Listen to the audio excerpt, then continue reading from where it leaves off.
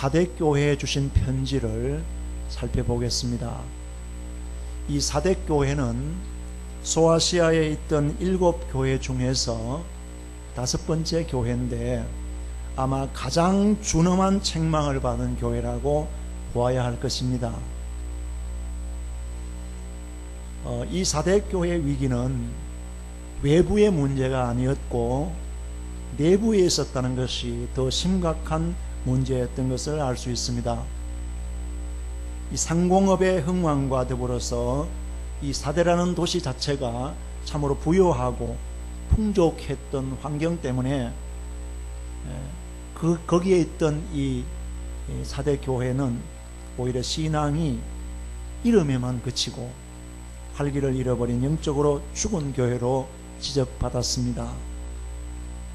오늘 본문 1절을 보시면은 사대교회 책망이 뭐예요? 다시 한번 보실까요?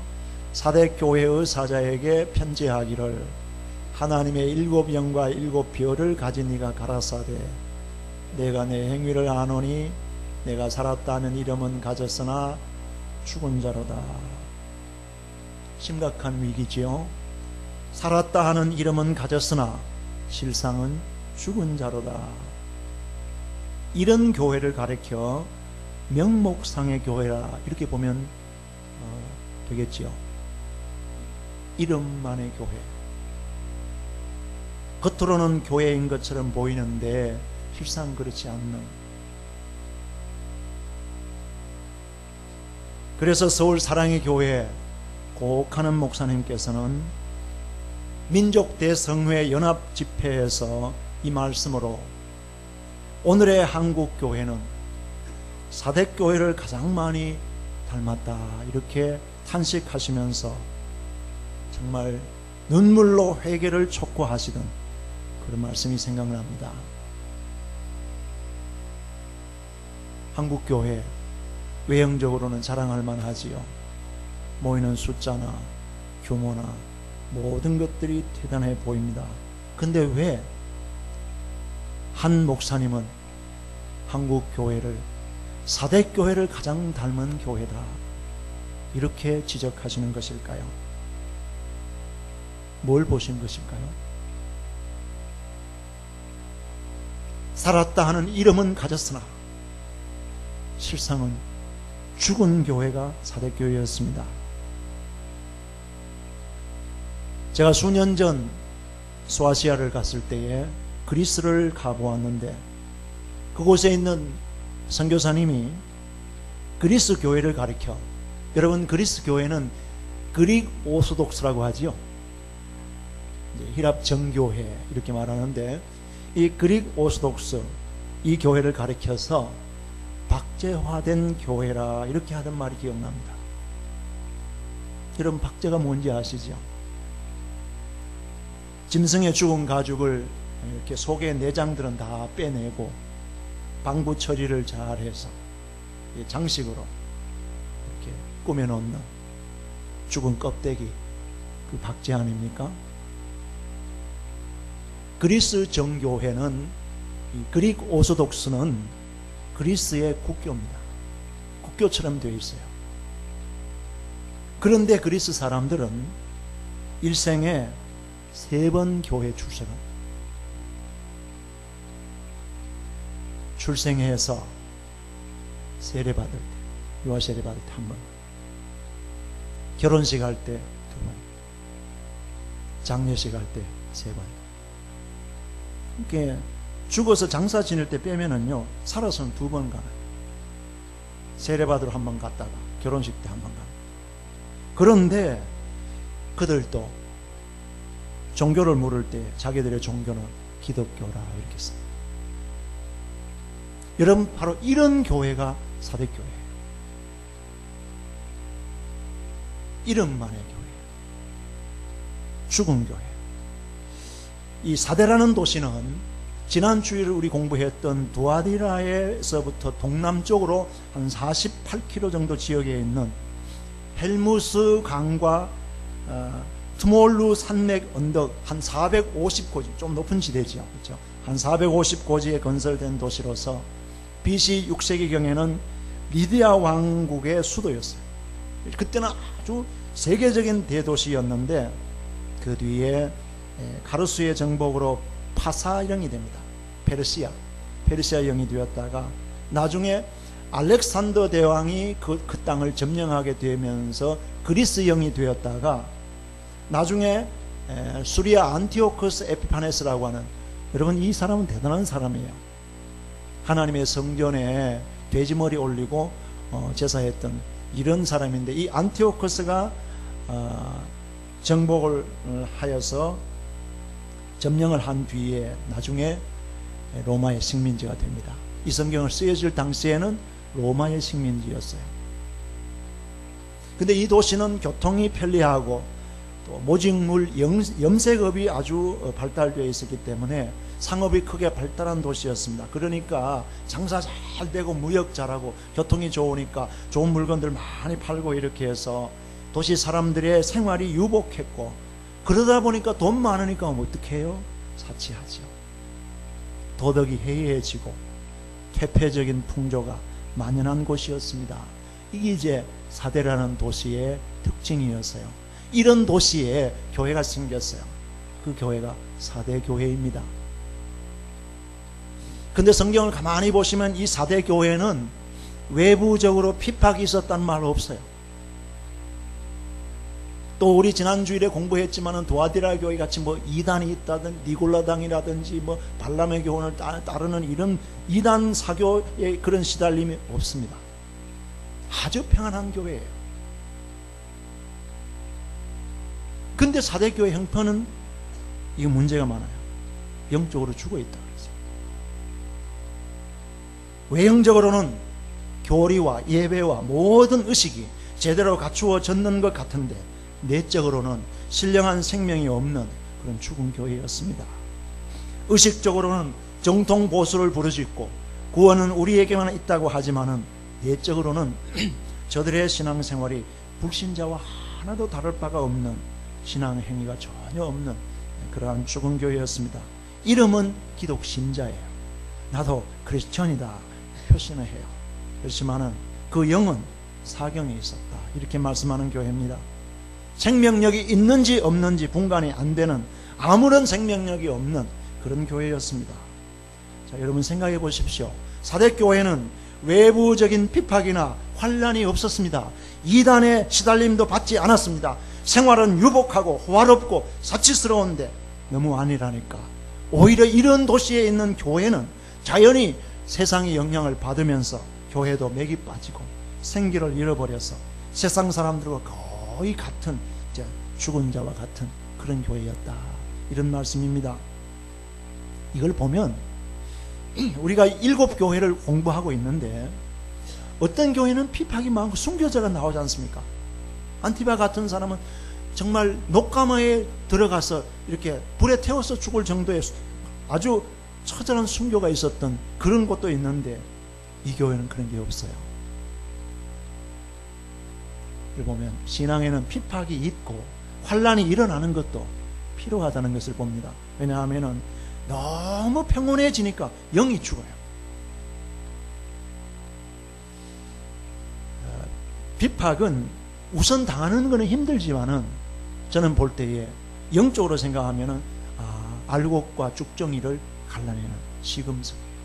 저는 생각할 때에 우리 한국 교회가 가장 교회다웠을 때, 가장 주님이 보실 때 아름다운 교회라고 인정하셨을 때가 언젠가 생각하니까 일제 신사 참배할 때의 교회라고 생각합니다. 우리 많은 목사님들과 장로님들, 귀한 성도님들이 신앙을 지키면서 목숨을 내놓고 순교했어요. 얼마나 아름다운 교회. 외부적으로는 어마어마한 핍박이 있었지만 그러나 그 가운데서 신앙을 지키면서 예수 믿고 그냥 순교해서 천국으로 가는 거예요. 지금 어떻습니까? 사대교회 같이 될 위험성이 많은 현대교회라고 보시면 틀림없습니다. 사대교회 같은 교인들이 점점 더 많아지는 시대가 오늘의 시대가 아닌가 이런 생각을 해봅니다. 여러분 신앙이 왜 죽는다고 생각하세요? 이 사대교회 문제는 영적으로 죽은 교회라고 했거든요. 그럼 신앙이 죽는 경우가 있을 거 아니에요. 아무 이유도 없이 신앙이 죽습니까? 저는 몇 가지를 진단해 보았는데 대개 이런 경우에 해당되면 신앙이 점점 더 약해지다가 죽습니다. 정확하게 한번 들어보십시오. 어떤 경우에 신앙이 내리막을 치면서 죽어지게 되는가? 첫째가요, 외적 환경이 너무 평안해서 아무런 저항이 없을 때에 구하고 찾을 것 없어요. 구할 게 없어요. 이럴 때 오히려 신앙은 내려가고 죽습니다. 두 번째는 성경을 바르게 배우지 않아서 영의 양식이 부족하고 진리를 올바로 깨닫지 못할 때 우리 영은 죽어요. 하나님의 진리를 알지 못하면 영은 죽습니다. 세 번째는 예배와 기도 생활을 등한히 해서 하나님과 영적 교통이 부족해지면요, 서서히 영은 메말라지다가 죽습니다. 그러니까 우리는 신앙생활을 할 때에 예배와 기도 생활을 등한히 하면 안 돼요. 이것이 이제 하나님과 영적 교통이 시들해지고 약해지게 되어지면 반드시 우리 영은 죽어져. 신앙의 활동을 게을리해서 십자가 지는 것보다가 그저 대접받고 편안하게만 이렇게 하려고 할 때 영이 죽습니다. 다섯 번째는요, 세상적 시각. 여러분 뭘 보십니까? 여러분 평소에 어떤 것을 관심을 가지시고 뭘 보세요? 시각. 여러분이 어떤 소리를 들으세요? 청각, 촉각, 느끼시는 미각, 일락에 빠져 있을 때 우리의 영은 서서히 죽어가기 시작합니다. 여섯 번째는 세상적 물질에 혹해서 넘어가게 되면 우리 영은 죽습니다. 일곱 번째는요, 지나친 생활고에 처해서 염려와 걱정이 항상 누를 때 영이 죽어요. 예수님께서 씨 뿌리는 비유를 하실 때에 씨가 이렇게 가시떨기에 덤불에 이렇게 떨어졌는데 싹이 터요. 근데 결실은 안 되는 이유가 뭐예요? 이 가시떨기가 그늘을 만들고 이렇게 해서 결실을 못합니다. 근데 예수님이 어떻게 해석하세요? 이 가시가 뭐냐 했을 때 재리의 염려, 물질의 염려와 걱정이에요. 이러면은 믿음이 죽는다고 하는 것은요, 여러분 영이 죽는 것으로 이해하시면 됩니다. 어떤 죄든지 죄에 빠지면 영이 죽음과 아울러서 감정이 죽어요. 그리고 선과 악에 대한 감각이 점점 더 둔해지면서 우리 의지가 죽으면서 결단력이 없어져요. 좋은 게 좋지, 이렇게 돼요. 이렇게 되어지면 우리는 산 자 같으나 죽은 자가 되고 마는 겁니다. 이 사대교회의 모습이 나오게 되는 겁니다. 이 교회를 향해서 주님이 권고하십니다. 책망하십니다. 2절과 3절 말씀이죠. 자, 2절 3절 우리 같이 한번 보시겠습니다. 너는 일깨워 그 남은 바 죽게 된 것을 굳게 하라. 내 하나님 앞에 너 행위에 온전한 것을 찾지 못하였노니. 3절도요. 그러므로 내가 어떻게 받았으며 어떻게 들었는지 생각하고 지키어 회개하라. 만일 일깨지 아니하면 내가 도적같이 이르리니 어느 시에 내게 임할런지 내가 알지 못하리라. 죽은 듯한 영혼의 잠에서 깨어나라. 먼저 우선순위가 뭐예요? 먼저 깨라고 그랬어요. 2절에 보십시오. 여러분 성경에 보시면은 항상 깨어있으라는 말씀을 참 많이 강조하시는데, 로마서 13장 11절에 보시면은 너희가 이 시기를 알거니와 자다가 깰 때가 되었느니라. 여러분 이 시대가 영적으로 잠이 나는데 깨야 될 때. 고린도전서 16장 13절의 말씀을 보시면은 깨어 믿음에 굳게 서서 남자답게 강건하라. 여러분 우리 신앙은 깨어 있는 겁니다. 깨어야 돼요. 영적으로. 베드로전서 5장 8절의 말씀 뭐라고 그랬어요? 근신하라, 깨어라. 너희 대적 마귀가 우는 사자같이 두루다니며 삼킬 자를 찾고 있다고 그랬어요. 잠자는 사람은 그 사자에게 잡아먹힙니다. 믿음을 잃어버려요. 예수님께서 직접 말씀하셨지 않습니까? 마태복음 26장 4절에 41절에 뭐라 그랬어요? 시험에 들지 않게 깨어있어 기도하라. 깨어서 기도하지 않으면 시험 들어 넘어집니다. 뭐 천하 장사가 없어요. 신앙의 장사가 없습니다. 깨어서 기도하는 사람만이 자신을 이 세상으로부터 지켜나가는 믿음의 사람이 되는 줄을 믿습니다. 마태복음 24장 42절에 예수님께서 깨어있어라. 어느 날에 너희 주가 임할는지 알지 못함이니라. 우리가 깨어있어야 되는 이유예요. 언제 주님 오실지 모르는 겁니다. 계시록 16장 15절 말씀에 누구든지 깨어서 자기 옷을 지키라. 여러분, 저와 여러분들이 하나님께로부터 받은 가장 귀한 선물인 이 믿음은 보배입니다. 믿으십니까? 너무너무 귀한 보배입니다. 정말 천하를 주고도 얻을 수 없는, 바꿀 수 없는 귀중한 보배예요. 그렇기 때문에 우리의 대적인 원수 마귀는 우리 마음속에 있는 믿음의 보화를 훔쳐가려고 해요. 빼앗아가요. 단 거 신경 안 씁니다. 저와 여러분 속에 있는 가장 귀한 보배, 이 믿음이라고 하는 보배를 뺏으려고 시험합니다. 그 믿음을 빼앗아가는 것이 목적이에요. 그래서 우리는 이 보배를 지켜야 됩니다. 근데 잠자는 사람은 잠자는 순간에 영적 도둑인 마귀가 이 보화를 뺏어가요. 깨어 있어야 된다는 의미를 이해하시겠죠? 우리가 잠자게 되면, 영적으로 잠들게 되면 그때에 우리가 하나님께로부터 받은 가장 귀한 보배인 믿음을 잃어버려요. 3절 말씀해 보시면, 그러므로 내가 어떻게 받았으며 어떻게 들었는지 생각하고 지켜 회개하라. 어떻게 받았습니까? 처음 이 복음을 받았을 때 그때 그 열심, 그 감동과 기쁨과 그 은혜 다시 회상하면서 처음 믿을 때 그 신앙으로 돌아가라.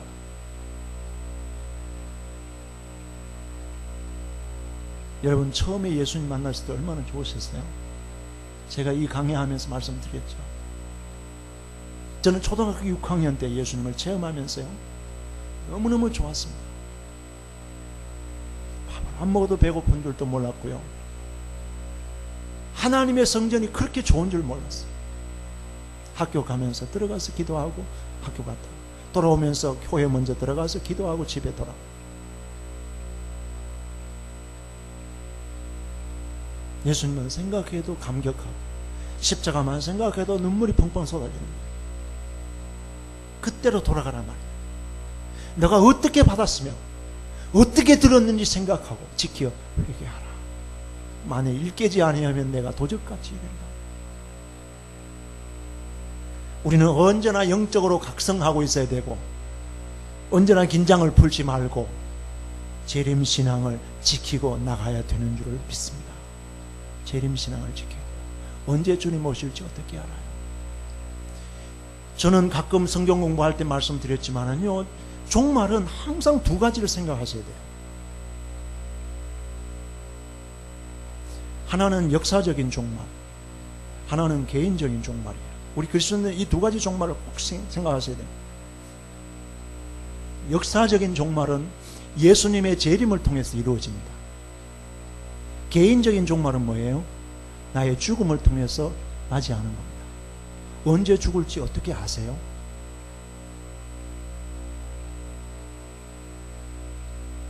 여러분이 신문을 보시면 하루에도 수많은 사람들이 사고로, 질병으로 수없이 세상을 떠나는 그런 소식을 듣게 되고 볼 것입니다. 내가 언제 떠날지 어떻게 아세요? 항상 준비하고 언제 부름을 받더라도 주님 앞에 갈 수 있는 믿음을 준비하는 깨어있는 성도가 되어야 할 줄을 믿습니다.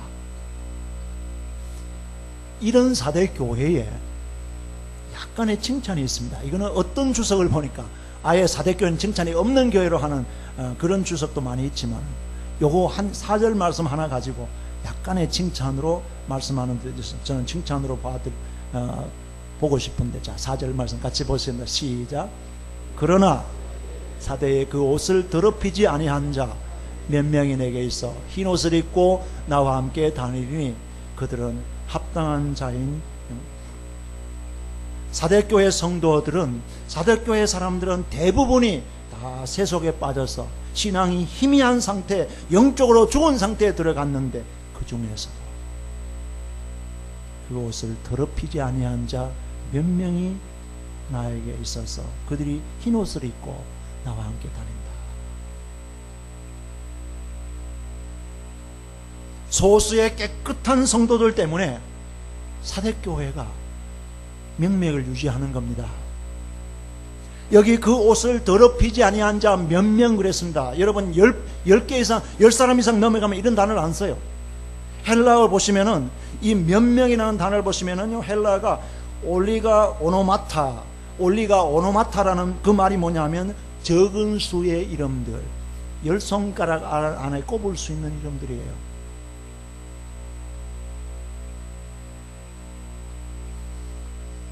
수가 아주 적은 사람을 말할 때에 이 올리가 오노마타라는 그런 단어를 쓴답니다.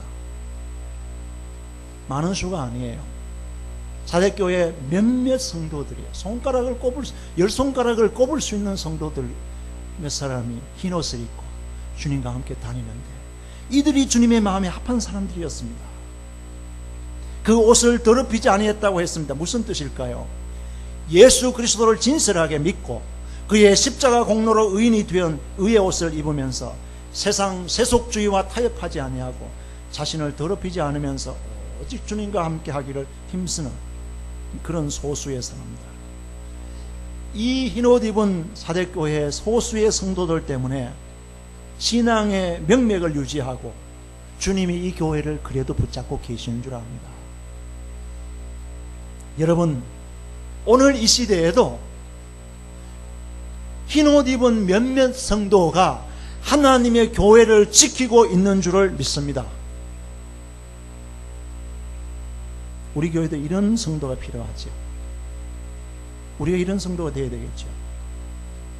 이 흰옷 입은 소수의 성도는 이런 사대가 전체적으로 도시에서 나오는 이런 일락의 풍조 가운데서도 신앙을 굳게 지키면서 세속에 물들지 아니하고 죄로 자기를 더럽히지 않는 신앙의 순결을 지킨 성도들이에요. 하나님의 의에 합당하게 행한 성도들을 가리킵니다. 이사야 51장 10절에 보면 이런 말씀이 나오지요. 내가 여호와를 인해서 크게 기뻐하며 내 영혼이 나의 하나님을 인하여 즐거워하리니 이는 그가 구원의 옷으로 내게 입히시며 의의 겉옷으로 내게 더하심이 신랑이 사모를 쓰며 신부가 자기 보물로 단장함 같이 하셨음이라. 구원의 옷이 의의 옷이에요. 구원의 옷과 의의 옷을 입어서 주님께로부터 인정하고 주님 곁에서 함께 할 수 있는 이런 사람이 바로 흰옷 입은 몇몇 성도인 줄을 믿습니다. 세상의 유혹이 올 때에도 과감하게 물리치고 세상의 불의와 타협하지 아니하고 마귀의 속삭임이 올 때에 예수의 이름으로 추방해내고 옛습성과 타성에 사로잡히려 할 때에 과감히 단절시킬 줄 알며 믿음이 약해질 때 엎드려서 주님 앞에 기도하면서 하나님의 도우심을 구하는 이런 사람들로 인해서 교회가 지켜지는 거예요.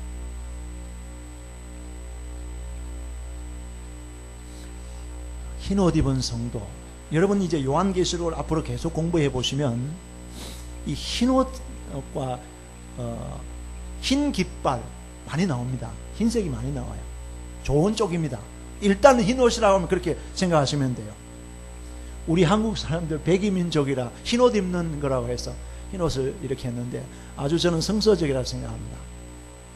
근데 이 흰옷은 성경이요, 흰옷을 자꾸 강조하는 이 흰 것을 강조하는 19장에 가면 흰말이 나오잖아요. 그렇죠? 누가 타세요? 예수님이 타시거든요. 흰말. 옛날에 백마는 왕이 타고 승리의 개선 장군이 타는 겁니다. 그래서 이 흰옷은 순결과 의와 승리를 의미하는 옷이에요. 계시록에 여러 곳에 흰옷이 나오는데 제가 몇 가지씩만 해드리고 그때 가서 자세하게 또 설명드릴게요. 이제 다음 주일쯤 하겠지만은 계시록 3장 18절에 가면은 믿음의 보배를 가진 자가 흰옷을 입을 것이다, 이렇게 말씀하셨죠. 계시록 4장 4절을 보시면은 24장로 신구약을 대표하는 하나님의 사람들입니다. 그렇죠? 구약은 몇 지파예요? 12지파. 신약은 몇 사도예요? 12사도. 12가 12를 합하면 얼마예요? 24예요. 구약의 교회와 신약의 교회를 합한 수예요.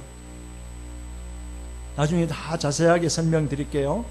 그 24 장로들이 흰옷을 입었다. 계시록 4장 4절에 그렇게 말씀하셨습니다. 그리고 계시록 6장 11절에 보시면은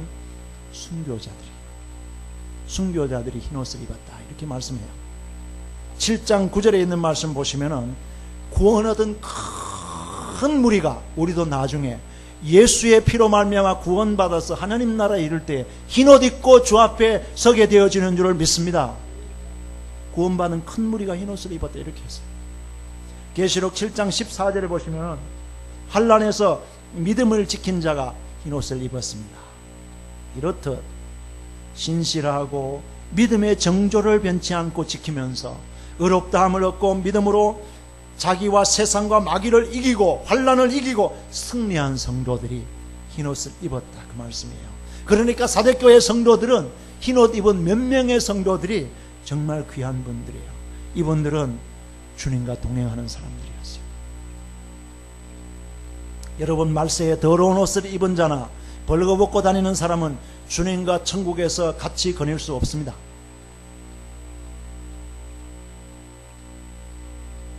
더러운 옷을 입은 사람들은요, 좀 더러워도 관계없어요. 오늘도 아침에 들어오시다 여러분 홈레스 가족을 보셨죠? 저는 새벽마다 그분들을 보면서 두 사람이 다 더러워요. 아무렇지도 않게 같이 댕기는데, 여러분이 예를 들어서 여러분이 그 사람들을 가까이 할 수 있습니까? 그리스도의 사랑으로 해야 되지만은 그렇게 잘 안 될 거예요. 손이라도 한번 따뜻히 만져주고 싶지만 그렇게 못 하시죠? 세수를 언제 했는지 새카만 때가 묻어있는, 여러분, 더러운 사람들은 더러운 사람끼리 별로 문제 없이 그냥 같이 막 뒹굴고 그렇게 해요. 같이 자고 같이 이불 덮고 이렇게. 우리 주님 예수 그리스도는 정말 죄가 한 점 머리털만큼도 먼지만큼도 없으신 거룩하신 분이심으로서 깨끗한 의의 세마포를 입고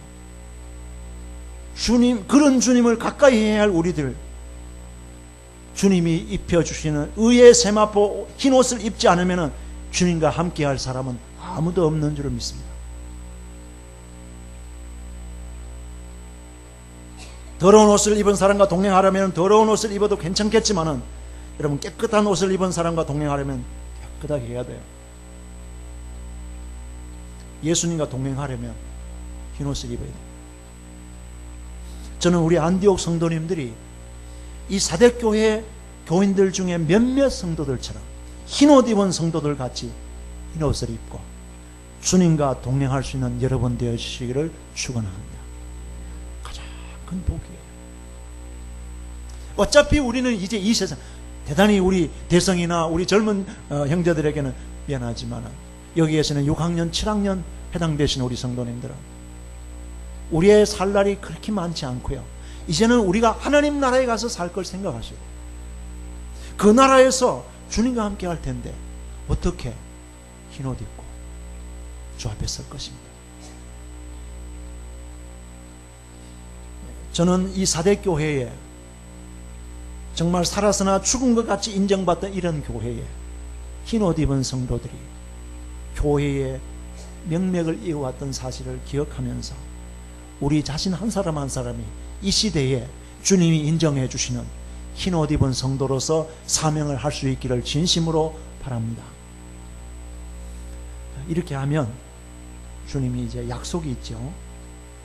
흰옷은 승리라고 했는데 이기는 자는, 자, 5절과 6절 읽고 이제 말씀을 마감하겠습니다. 5절 6절 시작. 이와 같이 흰옷을 입을 것이요 내가 그 이름을 생명책에서 반드시 흐리지 아니하고 그 이름을 내 아버지 앞과 그 천사들 앞에서 시인하리라. 할렐루야. 우리가 이기게 되어지면 흰옷을 입을 것이요 그 이름을 어디에 적어요? 생명책에 적어요. 아무나 함부로 적을 수 없는 오직 예수님만이 적어 놓을 수 있는 하나님의 생명책에 저와 여러분들의 이름을 기록해 놓으실 줄을 믿습니다. 우리의 이름이 하나님의 생명책에 기록되어야 돼요. 그거 보고 누구지? 네, 아무개입니다. 그래, 여기 이름이 있구나, 천국으로, 이렇게 하실 거 아니에요. 이기는 자는 반드시 그 이름이 생명책에서 흐리지 아니한다고 그랬습니다. 하나님의 생명책에 구원받은 사람들의 그 이름이 똑똑히 기록되어져서 주님이 기억하고 계신다는 말씀입니다. 그리고 마지막에 중요한 말씀 뭐예요? 그 이름을 내 아버지 앞과 천사들 앞에서 시인하리라. 할렐루야. 여러분의 이름이 하나님 앞에서 예수님이 시인해 주시는 그런 축복된 이름이 되시기를 축원합니다. 그 이름 모르겠는데 너 누구지? 여러분 얼마나 비참해요. 신앙생활 한평생 해왔는데 예수님께서 너 이름 모르겠는데, 여러분 이런 일이 생긴다고 생각해 보세요. 얼마나 기가 차요. 얼마나 문제겠어요. 근데 오늘 이 말씀 약속이 뭐예요? 너의 이름을 너 아버지 앞과 천사들 앞에서 내가 시인해 주겠다. 여러분의 이름이 생명책에서 지워지지 아니하고 하나님의 천사들 앞에서 예수님이 시인해 주시는 그런 복된 이름 되어지시기를 진심으로 바랍니다. 그렇게 하면 마귀가 함부로 못하잖아. 내 아들이고 내 딸이고 내 소유인데 예수님이 그렇게 인정해 보세요. 만약에 그 생명책에 이름이 없으면 어떻게 될까요? 지옥이에요. 딴 거 없습니다. 여러분, 우리가 요한계시록 하면서 분명히 알아야 될 것은 천국과 지옥밖에 없습니다. 지옥은 성경을 자세히 보시면 알 수 있어요. 믿지 않는 사람들을 위해서 만들어 놓았다, 그렇게 생각하시면 안 됩니다. 지옥은 하나님을 대적했던 마귀를 가두려고 만들어 놓은 곳이에요. 그런데 예수님을 믿지 않으면은 그 영혼이 계속 마귀에게 소속되어 있어요. 마귀에게 속해 있단 말이에요. 그래서 마귀가 지옥을 갈 때 같이 따라가는 거예요. 이해를 그렇게 하셔야 돼요. 근데 예수를 믿는 순간에 마귀에게서 우리가 나와서 하나님의 아들로 신분이 바뀌어졌지 않습니까?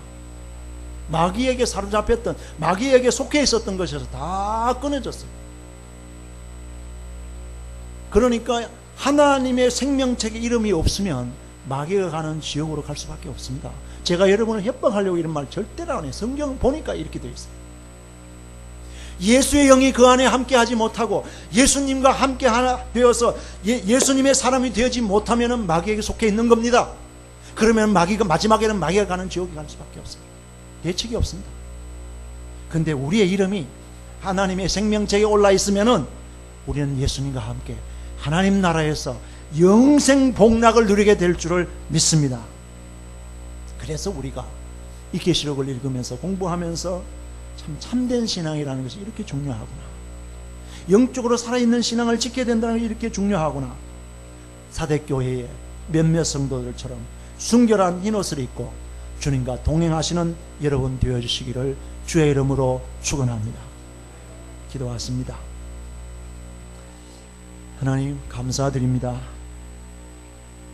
우리 인간의 어떤 행위로 구원받을 자격 아무것도 없고 방법도 없지만은 예수의 피로 구원받게 하셔서 이제 하나님 나라 갈 수 있는 특권 얻게 하시고 그 기업을 누리게 해주신 것 너무너무 감사합니다.